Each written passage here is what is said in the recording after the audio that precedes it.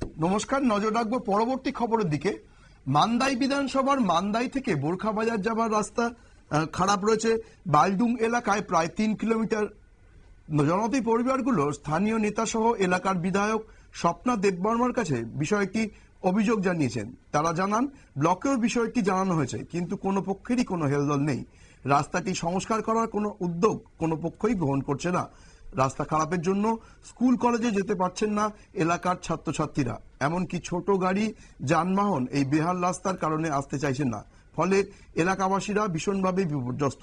তাদের দাবি রাস্তাটা যেন দ্রুত সত্তর করা হয়। এই বিষয়ে অভিযোগ জানালেন গ্রামবাসীদের একাংশ। কিভাবে তাদের প্রতিদিন বিভিন্ন সমস্যার মধ্যে সম্মুখীন হতে হচ্ছে জেনে নেব তাদেরই মুখ থেকে। তারপরে আপনারা স্কুল কলেজ যাওয়ার রাস্তা এই একটাই তো। তারপরে আপনারা এই কষ্টতে আপনারা যেটা বেহাল দশা রাস্তাটা এই বিষয়টা নিয়ে আপনারা এই এলাকায় এমএলএ কে আপনারা কইছেন নি এই রাস্তাটা মেরামত করার জন্য? কইছে। হ্যাঁ, দেখছেন নি? না, দেখছেন না? আপনারা এই এলাকায় এমএলএ কে? এখন